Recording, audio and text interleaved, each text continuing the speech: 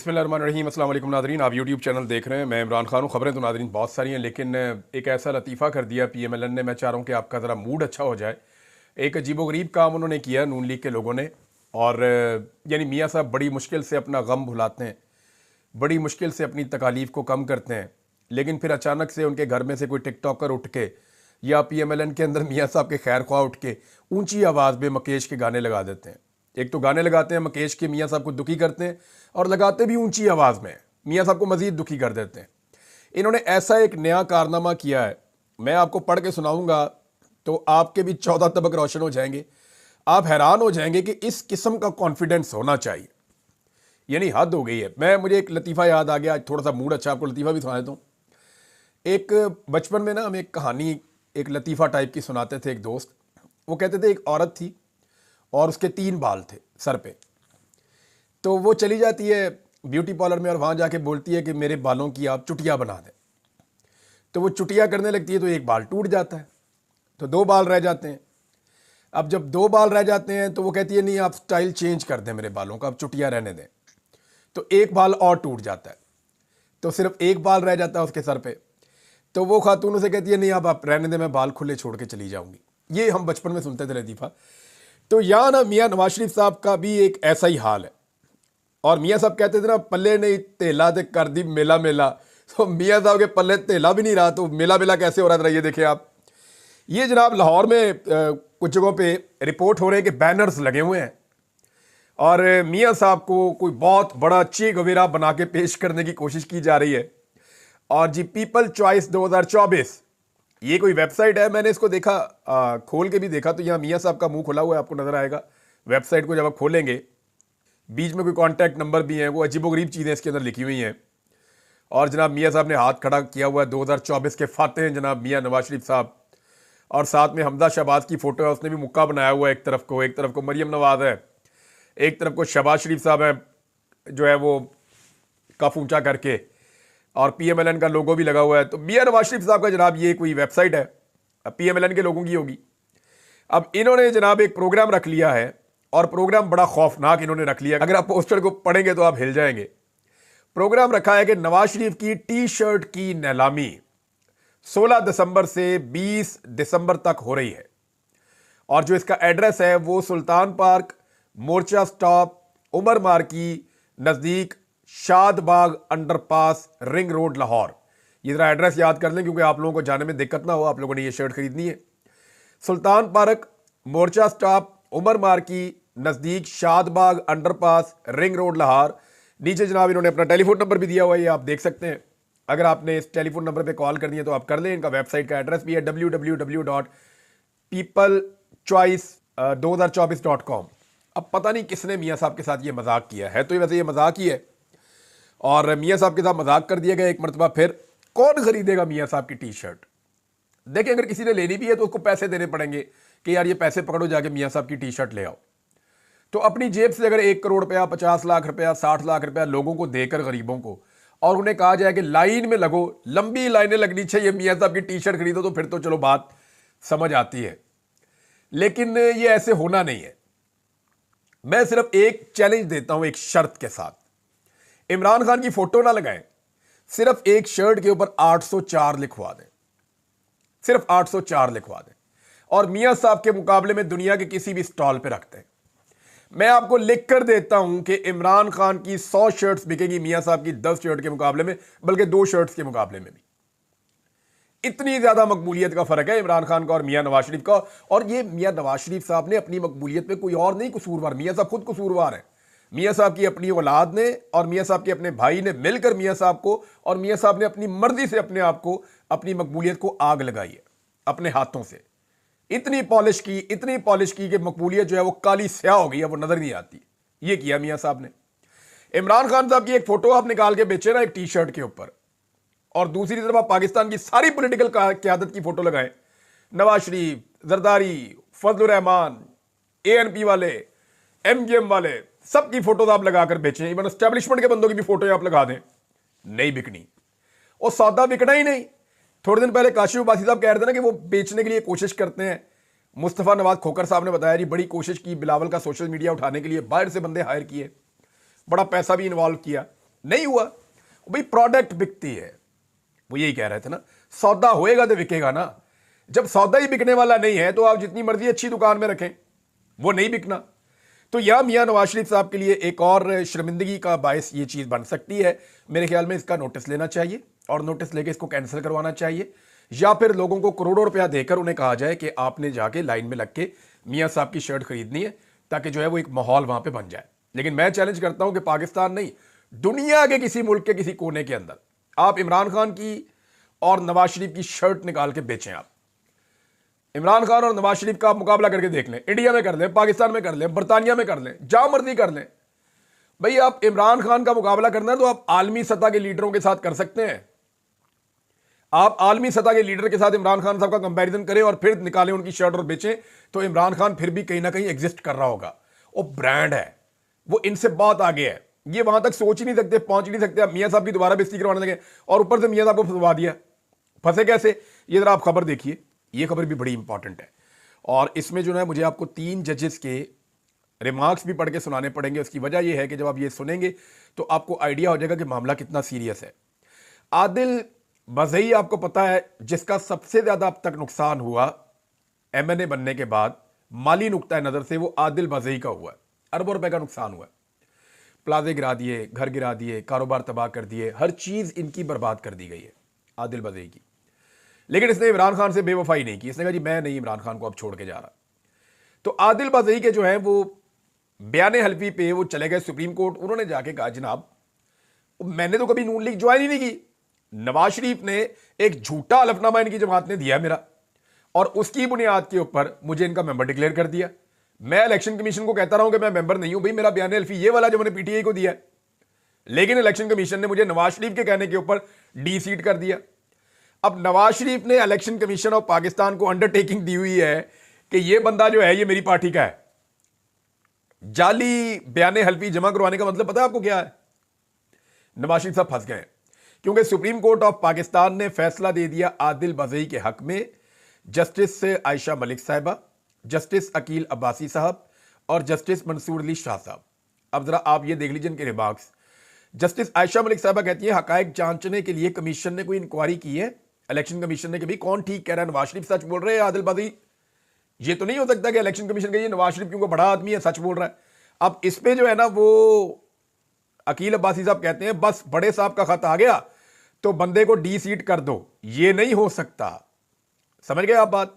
और तीसरी चीज जो है वो जस्टिस मंसूर अली शाह साहब का एक जुमला, उन्होंने कहा पैमाना तो सख्त होना चाहिए था। अब आदिल बज़ई तो हो गया वापस अपनी सीट के ऊपर बहाल, लेकिन नवाज शरीफ साहब ने जो झूठ बोला इलेक्शन कमीशन ऑफ पाकिस्तान में, मियां साहब पड़ गए दोबारा मुश्किल में। अल्लाह अल्लाह करके वो पहले उनकी नाअहली खत्म हुई है, अब दोबारा वो नाअहल हो सकते हैं। तो यहां अगर आदिल बज़ई को मौका मिला और कभी माहौल बदला और वो पूरी फोर्स के साथ आया और वो ये करने में कामयाब हो गया, तो आदिल बज़ई मियां नवाज शरीफ का सियासी सर ले जाएगा, कम से कम इस टर्म के लिए तो ले जाएगा। तो ये जरा मियां नवाज शरीफ साहब के लिए अच्छी नहीं बुरी खबरें थी। नाज़रीन, एक मैंने सर्वे करवाया था कि जनरल फैज का हो रहा ट्रायल, तो क्यों नहीं जनरल बाजवा का हो रहा? देखें, पीएमएलएन अब ये गवाहियां दे रही है। पीएमएलएन के लोग कह रहे हैं कि जनाब जो कुछ भी हुआ वो जनरल फैज नहीं, उस वक्त क़यादत भी साथ ही थी। और देखें, जनरल बाजवा के दौर में जनरल फैज ने जब करप्शन की तो इसकी इंक्वायरी 2017 में हो गई थी और साबित हो गया था कि जनरल फैज इसके मुजरिम है। लेकिन बजाय इसके कि जनरल बाजवा इसके ऊपर उनको सजा देते, जनरल बाजवा ने उन्हें डीजी आईएसआई बनवाया और फिर उनसे बहुत काम भी लिए। आप सब जानते हैं 2018 में क्या काम हुआ, 2019 में क्या काम हुआ, 2020 में क्या काम हुआ, और फिर उनको हटाकर एक और अपनी मर्जी का डीजी आईएसआई ले आए। ये जनरल बाजवा ने किया था ना। तो जनरल बाजवा के खिलाफ कार्रवाई क्यों नहीं होती? मैंने इसके ऊपर एक सर्वे करवाया। इसार राणा साहब ने, एक सीनियर जर्नलिस्ट हैं, उन्होंने कहा कि क्या जनरल बाजवा को कटहरे में लाया जाएगा? यह बड़ा इंपॉर्टेंट क्वेश्चन है।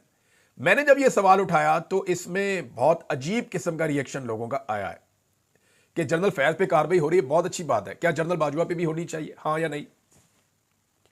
तो 97% लोगों ने, बहुत बड़ी तादाद में लोगों ने इसमें वोटिंग की है, बहुत बड़ी तादाद में, और 97% लोगों ने यह कहा, 97% लोगों ने, कि जनरल बाजवा का भी एहतसाब होना चाहिए, यानी उनको भी कानून के कटहरे में लाना चाहिए। कितनी क्लैरिटी है पाकिस्तानियों के दिमाग में कि जनरल बाजवा का भी एहतसाब होना चाहिए, उन्हें भी कानून के कटहरे में लाया जाना चाहिए। इतनी क्लैरिटी है आज पाकिस्तान में, ये पाकिस्तान की खुशकिस्मती है। लिहाजा जनरल बाजवा को भी इसमें कटहरे में आना चाहिए, उसूलन तो आ जाना चाहिए। लेकिन मैं एक टेलीफोन कॉल सुन रहा था, जनरल बाजवा एक शख्स से बात कर रहे थे और तकरीबन 1 घंटे से ज़्यादा लंबी कॉल थी। मैं स्पीकर फ़ोन पे सुन रहा था और मैं सवालात लिख कर दे रहा था कि ये भी पूछ लो, रिक्वेस्ट कर रहा था कि आप ये भी ज़रा पूछ लें। वो एक तरह से मुझे मेरे सवालों के जवाब मिल रहे थे। उस आदमी की मेहरबानी कि वो जनरल बाजवा से बात कर रहा था, मैं जानना चाहता था कि ये बंदा क्या सोच रहा है। तो उस दिन मुझे एक बात का तो बड़ा एहसास हुआ कि यार ये बंदा था जिसके पास इतनी ताकत थी और ये स्याह और सफ़ेद का मालिक इस मुल्क में बना हुआ था। यानी बहुत ही सतही नौइयत का जनरल बाजवा का मुझे दिमाग महसूस हुआ उस टेलीफोन कॉल के नतीजे में। उससे पहले भी वो हमारे साथ जब मुलाकातें करते थे तो मैं बहुत इंप्रेस कभी नहीं हुआ उनसे। बहुत सारे और लोग भी, हम बाहर निकलते थे सहाफ़ी, तो हम बाद वक़्त हंसते थे, यार ये हमारे आर्मी चीफ हैं, ये किस तरह बातें करते हैं ये। लेकिन जनरल बाजवा जो हैं वो उनसे जब ये बातें की तो जनरल बाजवा ने एक बात की थी उस बंदे को, मुझे वो याद आ गई कि आप आर्मी चीफ के प्रोटोकॉल्स को नहीं जानते। कुछ भी हो जाएगा, फौज कभी भी अपने किसी आर्मी चीफ को उसकी रिटायरमेंट के बाद भी ना उंगली लगाएगी ना लगाने देगी, इस तरह का उनका बयान था। इससे मिलते जुलते उनके अल्फाज थे। तो क्या ये बात ठीक है, या एक साबिक आर्मी चीफ के खिलाफ भी एहतसाब और कार्रवाई हो सकती है? लोग तो मुतालबा कर रहे हैं। मैंने सर्वे करवा कर देखा, अगर किसी को नहीं पसंद आया मेरा सर्वे तो कोई और खुद करवा कर देख ले, पता चल जाएगा कि लोगों की राय क्या है। पाकिस्तान तहरीक इंसाफ को नाजरीन एक बात समझ आ गई है कि ये हुकूमत पाकिस्तान तहरीक इंसाफ के आगे आगे भागती रहेगी। जब भी मुज़ाकरात की बात होगी, देखिए पहले पाकिस्तान तहरीक इंसाफ मुज़ाकरात करती नहीं थी। वो ये कहते थे चोर हैं, डाकू हैं, फ्रॉडी हैं, इनके साथ हम क्या बैठे, हमारा मैंडेट चोरी करके आकर बैठे हुए हैं। वो एक ऑब्वियस गुस्सा था। 8-9 महीने हो गए पाकिस्तान तहरीक इंसाफ उस कैफियत में है कि यार हमारा मैंडेट है, हमारे बंदे जीते हुए हैं, हमारी कम से कम 3 सूबों में हुकूमत बन रही थी, पाकिस्तान में 2/3 अक्सरियत से ज्यादा हमें मिल गई थी, हम तो बगैर मखसूस नशस्तों के सादा अक्सरियत से आगे चले गए थे। ये कैसे हो सकता है कि हमारे इतने बंदे जो हैं उनकी सीटें छीन ली जाएं? वो एक रिएक्टिव उनकी अप्रोच थी। लेकिन जब वक्त गुजरा है तो अब पाकिस्तान तहरीक इंसाफ ने कहा आओ जी मुज़ाकरात करें, बैठो, एस्टेब्लिशमेंट आ जाए, एस्टेब्लिशमेंट के नुमाइंदे आ जाए, ये जो सियासतदान आगे किए हुए हैं, आओ बैठो बात करते हैं। तो अब हुकूमत आगे लग के भाग रही है, अब पीटीआई पीछे पीछे, हुकूमत आगे आगे। और उसकी वजह जो है ना, मोहम्मद जुबैर साहब ने भी बताई है। मैं वैसे आपको बता देता हूं कि पाकिस्तान तहरीक इंसाफ इनके पीछे भागती रहेगी और ये मुज़ाकरात से भागते रहेंगे, क्योंकि जो चोर होता है ना वो कभी भी पंचायत में नहीं बैठता। जो गिल्टी होता है ना वो ये कहता है पंचायत होनी नहीं चाहिए, मैंने किसी पंचायत में बैठना ही नहीं है, मैं पंचायत में आना ही नहीं चाहता। जो आदमी गिल्टी होता है, जिसका कसूर होता है, वो कोशिश करता है किसी तरह रोला पड़ जाए, मामला इधर से उधर हो जाए, मुझे बीच में बात करनी ही ना पड़े। तो इसलिए क्योंकि ये सारे चोर हैं, ये मैंडेट चोरी करके आए हुए हैं, और जब भी ये बैठेंगे पीटीआई मैंडेट की बात करेगी, इनके पास कोई जवाब ही नहीं होगा। कल इसहाक डार साहब ने तस्लीम कर लिया अपने मुंह से कि जनाब आप हमारा 2018 वाला मैंडेट वापस कर दें तो हम आपका 2024 वाला मैंडेट वापस कर देंगे। इसमें एक बात तो कंफर्म हो गई कि 2024 वाला मैंडेट पीटीआई का था। ये बात कंफर्म कर दी किसने? डिप्टी वजीर आजम पाकिस्तान ने, नवाज शरीफ का इंतहाई काबिल एतमाद साथी और समधी। उसने कंफर्म कर दिया कि हमने चोरी का मैंडेट रखा हुआ है, लेकिन इसलिए रखा हुआ है कि हमें लगता है कि 2018 में हमारा चोरी हो गया था। तो देखिए पाकिस्तान में हमेशा ही मैंडेट चोरी हुआ, लेकिन कितना हुआ? इतना सा। यानी धांधली कितनी होती थी? जो मकबूल पॉलिटिकल पार्टी होती थी एस्टेब्लिशमेंट, उसको 2, 4, 5, 10 सीटें ज्यादा दे देती थी। 2018 के तमाम सर्वे बता रहे थे कि पाकिस्तान तहरीक इंसाफ इस मुल्क में सबसे मकबूल पार्टी। तमाम सर्वे यही कह रहे थे ना 2018 में कि तहरीक इंसाफ इलेक्शन स्टेट में जीत रही है। तो उस वक्त जीतना तो तहरीक इंसाफ नहीं था। हत्ता कि जब आरटीएस बिठाया गया उसके बाद पंजाब में तहरीक इंसाफ से बहुत बड़ी मिकदार में सेंट्रल पंजाब में सीटें छीन ली गई, लेकिन तहरीक इंसाफ को सिंध में कराची से कुछ सीटें मिल गई। लेकिन तहरीक इंसाफ को एक ऐसे माहौल में पहुंचाया गया जहां पे उनकी इंडिपेंडेंट हुकूमत ना बने, बल्कि उनको बैसाखियों वाली हुकूमत दी जाए। ये तहरीक इंसाफ के साथ 2018 में ज्यादती हुई थी, पीएमएलएन के साथ नहीं हुई थी। मैं आपको फिर बता रहा हूं। और उस वक्त भी कोशिश की गई थी कि शहबाज शरीफ की हुकूमत बना दी जाए, लेकिन रिएक्शन बड़ा सख्त आ रहा था। लिहाजा इमरान खान साहब को मौका दिया गया कि बड़ी पार्टी आपकी, आप हुकूमत बना ले। सेंट्रल पंजाब में पाकिस्तान तहरीक इंसाफ के साथ 2018 में भी धांधली हुई थी। मैं उस वक्त भी कह रहा था, आज भी कह रहा हूं, और टका के धांधली हुई थी। जहां पे हमने खुद जाकर सर्वे किया था, जहां पाकिस्तान तहरीक इंसाफ जीत रही थी, वो सीटें ये हार गए। और ख्वाजा आसिफ की सीट आप खुद गवाह हैं। वो उस दिन हार गए थे, उन्होंने जनरल बाजवा को फोन करके अपनी सीट वापस ली। और बहुत सारी सीटें हैं सेंट्रल पंजाब की, वहां पीएमएलएन इलेक्शन जीती नहीं थी, उनको जिताया गया था, उनको एक पोजीशन में लाया गया था कि जब कभी मौका होगा इमरान खान साहब की टांग खींचनी होगी, बैसाखियां छीन लेंगे, टांग खींच लेंगे और हुकूमत तब्दील कर देंगे। तो एक्चुअली तो 2018 में इमरान खान का मैंडेट छीना गया था, लेकिन पीएमएलएन ने एक बयानिया बनाया हमारा छीना गया। लेकिन एक चीज है, आज इसहाक डार साहब ने एतराफे जुर्म कर लिया कि जनाब ठीक है, हमने मैंडेट चोरी किया हुआ है, लेकिन हमारा 2018 वाला मोड़ दो, हम आपको 2024 वाला मैंडेट दे देंगे। तो ये एतराफे जुर्म के बाद चीजें क्लियर। ये मुज़ाकरात क्यों नहीं करेंगे? इसलिए कि चीजें चोरी की है इनके पास, चोरी का माल रख के मुज़ाकरात करेंगे तो वो वापस करना पड़ेगा, उसूली बात पे आना पड़ेगा। मोहम्मद जुबैर साहब कहते हैं कि शहबाज शरीफ मुज़ाकरात नहीं चाहेंगे, क्या वो अपनी हुकूमत का तख्ता होने देंगे? शहबाज शरीफ इसलिए एस्टेब्लिशमेंट के साथ जुड़ते हैं कि एस्टेब्लिशमेंट इमरान खान को ठिकाने लगाए और हम अगले 4.5 साल हुकूमत करते रहें। ये जनाब मोहम्मद जुबैर साहब का बयान है और बात ठीक है उनकी भी। तो शहर 2 में नादरीन इमरान खान साहब और बुशरा बीबी दोनों पर फर्द जुर्म आयद कर दी गई है। दोनों ने सेहत जुर्म से इनकार किया, लेकिन एक बात आप याद रखिएगा कि इसमें भी इमरान खान साहब को सजा ही होनी है। जितने भी केसेस हैं ना, उनमें होनी इमरान खान साहब को सजा ही है। फिर जो हायर कोर्ट्स हैं वहां जाके इमरान खान साहब की बचत हो जाए तो वो एक अलग बात है, लेकिन ये एक पैटर्न है कि इस निज़ाम ने इमरान खान के ऊपर जो भी केस बनाया और जो भी केस चला अदालत के अंदर, वो ऐसे यरगमाल माहौल के अंदर चला कि वहां इमरान खान साहब को सजा हर हाल में दी गई है। नाज़रीन एक और चीज़ है, और ये पाकिस्तान तहरीक इंसाफ ने इसको हाईलाइट किया है, ये इंपॉर्टेंट है चीज़। और ये एक ट्वीट जो है मरियम औरंगजेब ने किया, वहां से ये मामला सारा खुला है। मामला ये है कि मुस्लिम लीग नून को दावतनामा दिया गया था जो चीन की सियासी जमात है उसकी जानिब से, मगर पंजाब हुकूमत सरकारी मुलाजमीन के हमरा सरकारी खर्च पर दौरा करने चीन पहुंच गई है। आवाम के टैक्स के पैसा जाती दौरों पर खर्च किया जा रहा है और अस्पतालों में अद्वियात की कमी का सामना है। एक तो ये इशू यहां से आप ये देख लें। दूसरा मैं आपको इसकी एक चीज़ और बताता हूं कि 10 दिसंबर को ट्वीट की गई थी मरियम औरंगजेब की जानिब से, और वो तस्दीक करती है, उसके ऊपर लिखा हुआ है बाकायदा, और वीडियो में वादे तौर पे आप देख सकते हैं कि मुस्लिम लीग नवाज के वफद को खुशामदीद कहा गया है कि नून लीग का वफद आया। देखिए वो जो है ना मुख्तलिफ मुल्कों की पॉलिटिकल पार्टीज के साथ भी मिलते हैं और उनके साथ एक वर्किंग रिलेशन भी बनाते हैं। मुमकिन है वो कल को पीटीआई को बुला लें, किसी और जमात को बुला लें, वो ये कहेंगे आए जी आपको हम खुशामदीद कहते हैं, आए बैठे बात करते हैं। लेकिन मरियम नवाज ने इसको ऐसा शो किया जैसे पंजाब हुकूमत को दावत दी गई है। वो एक्चुअली पंजाब हुकूमत की दावत नहीं है। जो क्लेम अब सामने आ रहा है वो ये आ रहा है कि वो दावत दी गई है मुस्लिम लीग नून को, और ये नून लीग के ओहदेदारों के तौर पे वहां पे गए, लेकिन गए किसमें? एयरफोर्स के जहाज के ऊपर। तो क्या कोई और सियासी जमात अगर किसी दूसरी सियासी जमात की दावत के ऊपर चीन जाती है तो क्या उनको एयरफोर्स का तैयारा दिया जाएगा? क्या उन्हें सरकारी अखराजात दिए जाएंगे? क्या वो भी यही सारा प्रोटोकॉल इंजॉय करेंगे? पाकिस्तान का सारा सफारत खाना वहां पे उनकी खिदमत के लिए मौजूद होगा।